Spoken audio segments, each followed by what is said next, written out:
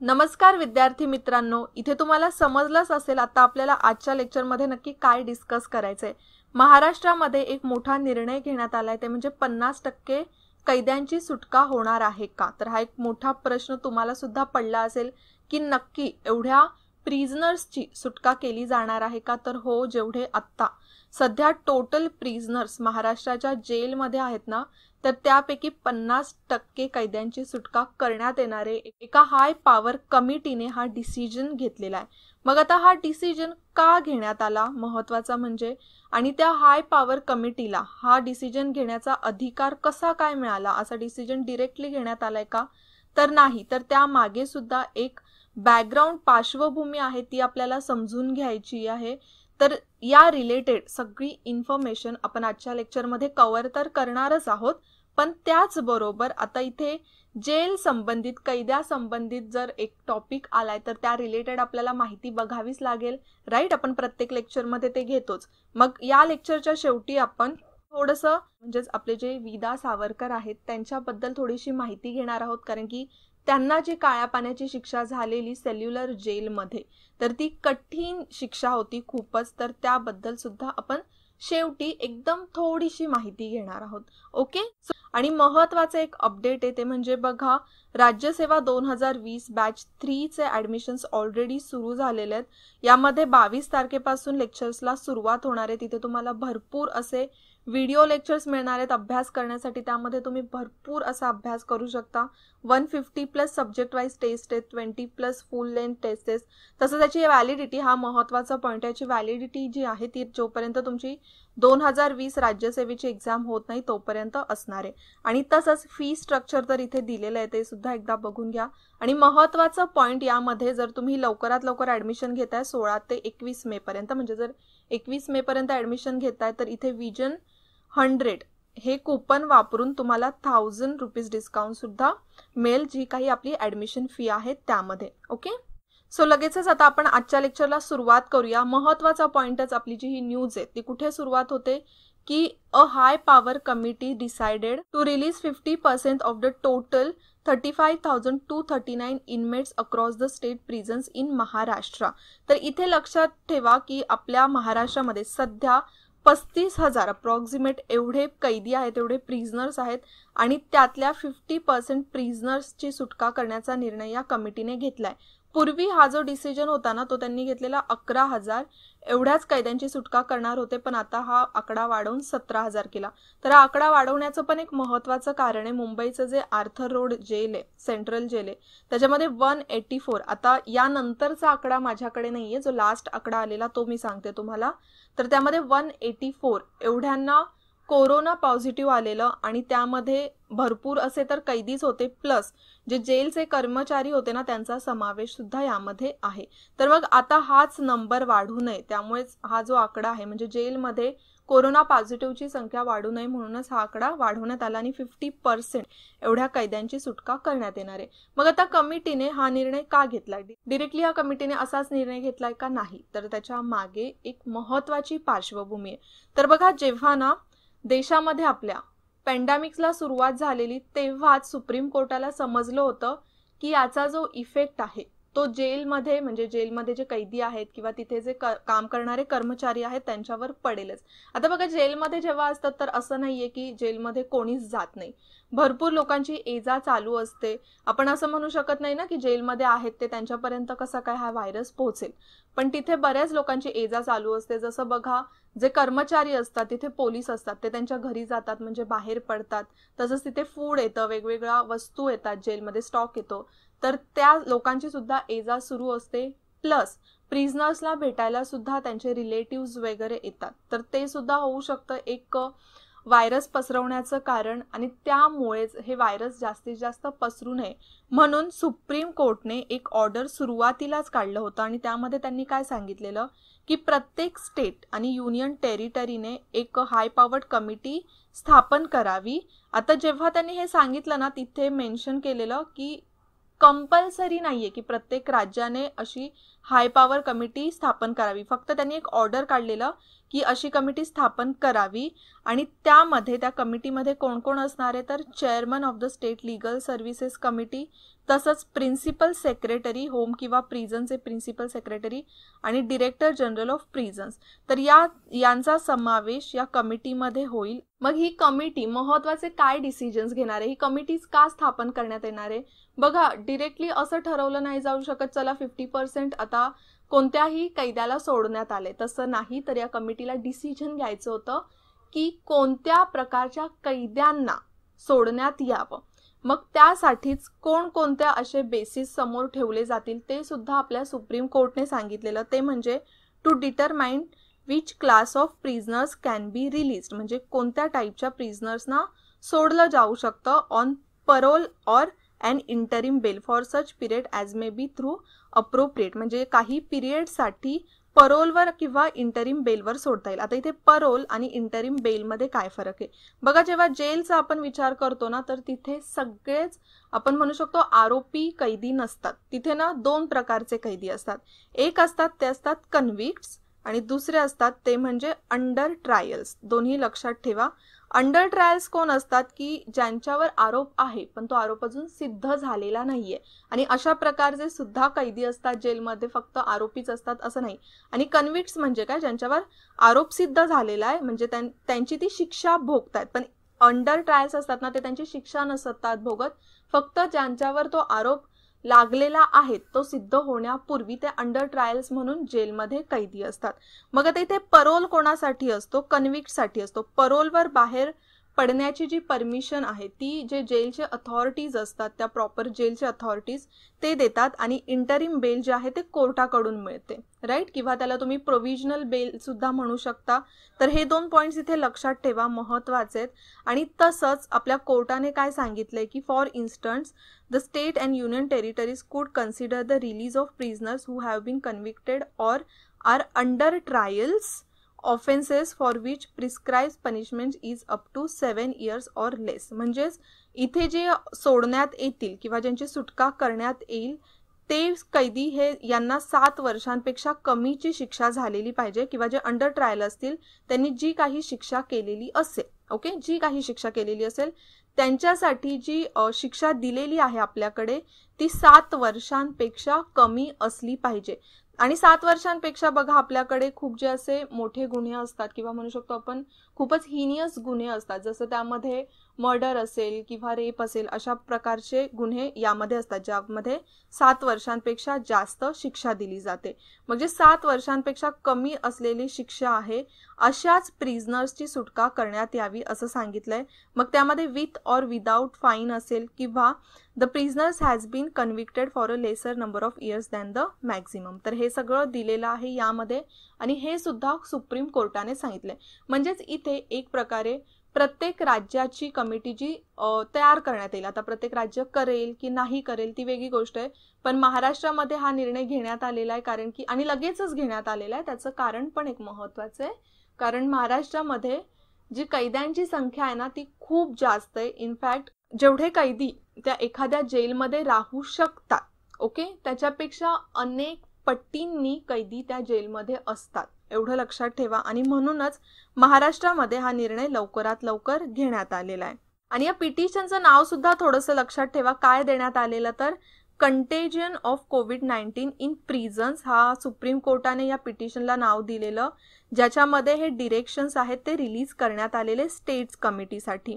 मग आता महाराष्ट्राचा निर्णय काय आहे तो तर आपण ऑलरेडी बघितला. यामध्ये 17,000 कैद्यांची सुटका करण्यात येणार आहे, त्यामध्ये ऑलरेडी 5,000 कैद्यांची सुटका ही करण्यात आलेली आहे.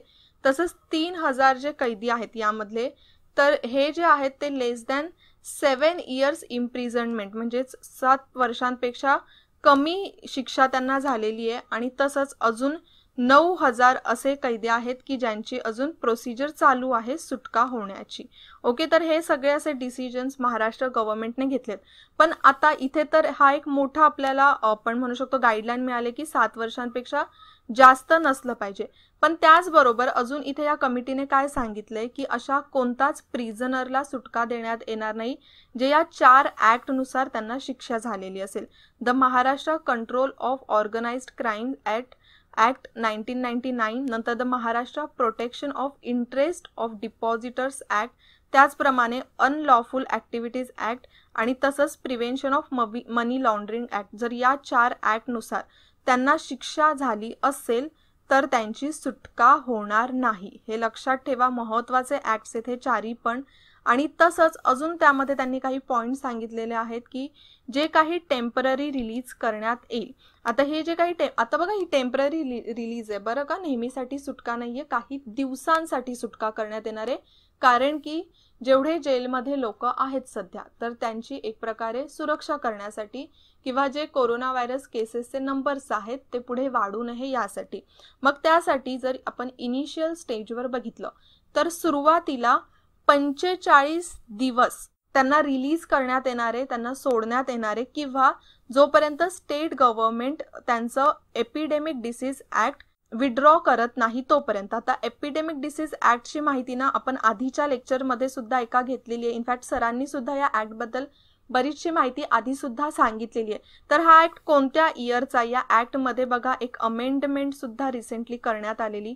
तर ॲक्ट कोणत्या वर्षीचा आहे ते फक्त मला कमेंटमध्ये सांगा. आणि बघा जर आपण महाराष्ट्रामध्ये बघितलं ना तर पूर्ण भारतामध्ये इनफॅक्ट सर्वात जास्त लोकसंख्या जी आहे ना ती महाराष्ट्राच्या तुरुंगामध्ये भरलेली आहे. म्हणून महाराष्ट्राने हा निर्णय जास्तीत जास्त लवकर घेण्याचा प्रयत्न केलाय. जर महत्त्वाचे आपण काही जेल बघितले आपल्या महाराष्ट्रातले तर येरवडा सेंट्रल जेल पुणे जी आहे त्यांची जी कैद्यांची कपॅसिटी आहे ती आहे 2449, पण सध्या तिथे किती कैदी आहेत बघा तर 5717. तर या एक्स्ट्रा कैद्यांना कसं ठेवत असतील तुम्हीच विचार करा. नंतर मुंबई आर्थर रोड जेलमध्ये फक्त 804 एवढ्याच कैद्यांना जागा आहे, पण त्याच्या जागी बघा किती कैद्यांना ठेवण्यात आलेलं आहे 3718. आणि सेंट्रल जेलचं तर बघा काय आहे फक्त 1105 एवढ्याच जणांना तिथे जागा होऊ शकते, पण 3 टाइम्स मोर तिथे कैदी आहेत 4035. एवढे कैदी कसे राहत असतील मला तोच प्रश्न पडलाय. नंतर कल्याण डिस्ट्रिक्ट प्रिझनमध्ये सुद्धा फक्त 540 जणांना जागा आहे, तिथे 1971 एवढे लोक आहेत. आणि बायकला हे सुद्धा मुंबईमध्येच असणारं एक जेल आहे, तर तिथे 200 कैद्यांची जागा आहे, तिथे 514 एवढ्या कैद्यांना ठेवण्यात आलेला आहे. म्हणजेच बघा खूपच जास्त ओव्हर झाले आपण असं म्हणू शकतो. आणि जर इथे एवढी गर्दी असेल तर ऑटोमॅटिक जे कोरोना पॅन्डेमिक आहे किंवा आपण म्हणू शकतो कोरोना पसरण्यापासून तिथे वाचवणं खूपच कठीण होऊन जाईल. आणि म्हणूनच हा डिसिजन लवकरात लवकर घेण्यात आला. ओके, मग इथपर्यंत तर आपण सगळ्या सुप्रीम कोर्टाच्या निर्णयाबद्दल डिस्कशन केले आणि तसंच महाराष्ट्रामध्ये कैद्यांबद्दल काय डिसाईड करण्यात आलं आहे ते पाहिलेलं आहे. बघा फक्त महाराष्ट्रच नाही तर गोवा, ओडिसा या राज्यांमध्ये सुद्धा अशा प्रकारची कमिटी स्थापन करण्यात आलेली आहे आणि तिथे सुद्धा असे डिसिजन्स घेण्यात आलेले आहेत. पण नंबर्समध्ये जर आपण बघितलं तर महाराष्ट्रात खूप नंबर्स आहे, त्यामुळे या गोष्टीचा इम्पॅक्ट बाकीच्या राज्यांवर जास्त पडणार आहे. ओके, आता इथपर्यंत ना आपण या टॉपिकवर डिस्कस केलेला आहे कैद्यांच्या सुटकेबाबत. पुढे आपल्याला थोडंसं मी माहिती घेणार आहे ते म्हणजे अंदमानच्या काळ्या कोठडीबाबत. तर तुम्हाला जर लेक्चर इथपर्यंतच बघायचं असेल तर इथेच तुम्ही सोडू शकता. पुढे जर तुम्हाला इंटरेस्ट नसेल तर नका बघू, कारण की पुढे आपण थोडीशी वेगळी माहिती कव्हर करणार आहोत स्वातंत्र्यवीर सावरकरांबद्दल. एकदम थोडीशीच आहे, 2 मिनिटात कव्हर होईल, पण जर तुम्हाला इंटरेस्ट असेल तरच तुम्ही बघू शकता. मग इथे बघा आपल्याला जी इमेज दिसते ना ती कसली आहे तर सेल्युलर जेलची. सेल्युलर जेल कुठे आहे तर अंदमान निकोबारमध्ये पोर्ट ब्लेअर इथे. आता या जेलमध्ये ना कोणाला ठेवण्यात यायचं बघा, आता तर हे जेल एक म्युझियम वगैरे झालेलं आहे, टुरिस्ट प्लेस थोडंसं झालेलं आहे, पण ब्रिटिशांच्या काळात इथे स्वतंत्र सैनिकांना ठेवण्यात यायचं आणि खूपच इनह्युमन अशी ट्रीटमेंट त्यांच्याबरोबर केली जायची. आणि त्यामुळेच या जेलमध्ये जेव्हा कोणाला इम्प्रिझनमेंटला पाठवलं जायचं, बंदी केलं जायचं, तेव्हा त्याला काळ्या पाण्याची शिक्षा असं संबोधलं जायचं. आणि त्यातच एक महत्त्वाचे व्यक्ती होते ते म्हणजे विदा सावरकर, किंवा तुम्ही आपण यांना काय म्हणतो स्वतंत्रवीर सावरकर. आता यांना काळ्या पाण्याची शिक्षा का झाली होती, कोणत्या कारणासाठी तर बघा तुम्हाला माहिती असेल नाशिकचा कलेक्टर होता कलेक्टर जॅक्सन. तर याची हत्या करण्यात आली होती एका 16 वर्षीय युवकाकडून. त्याचं नाव होतं अनंत कान्हेरे. ओके. आणि या हत्ये प्रकरणातच 3 सदस्य होते अभिनव भारतचे. अभिनव भारत ही एक क्रांतिकारी संघटना होती. त्यामध्ये अनंत कान्हेरे, कृष्णाजी कर्वे आणि विनायक देशपांडे यांना अटक होऊन मग त्यांना फाशीची शिक्षा देण्यात आली होती. आणि मग याच प्रकरणातच विदा सावरकर, विनायक दामोदर सावरकर यांच्यावर आरोप लावण्यात आला की जे नाशिक प्रकरणामध्ये जी पिस्तूल होती ती पुरवली होती यांनी, आणि म्हणूनच त्यांना इंग्लंडमध्ये 13 मार्च 1910 अटक करण्यात आलं. आणि तिथून जेव्हा त्यांना भारतात घेऊन येत होते तेव्हा फ्रान्स येथे मार्सलिस बेटाजवळ त्यांनी बोटीमधून पळून जाण्याचा प्रयत्न केला, पण ब्रिटिशांना तिथे ते सापडले आणि तो जो त्यांचा एक प्लान होता तो तिथे फेल झाला आपण असं म्हणू शकतो. आणि मग शेवटी 24 डिसेंबर 1910 त्यांना जन्मठेपेची शिक्षा सुनावली. आणि बघा, जी काळ्या पाण्याची शिक्षा होती ना ती खूपच इनह्युमन होती. मी तुम्हाला सुरुवातीला सांगितलेलं तिथे खूप वेगवेगळ्या प्रकारचे कामं करून घ्यायचे. त्यांचे जे बेसिक राईट्स आहेत प्रिझनर्सना ते दिले नाही जायचे. आणि अशाच वेळेत तिथे स्वातंत्र्यवीर सावरकर राहिले.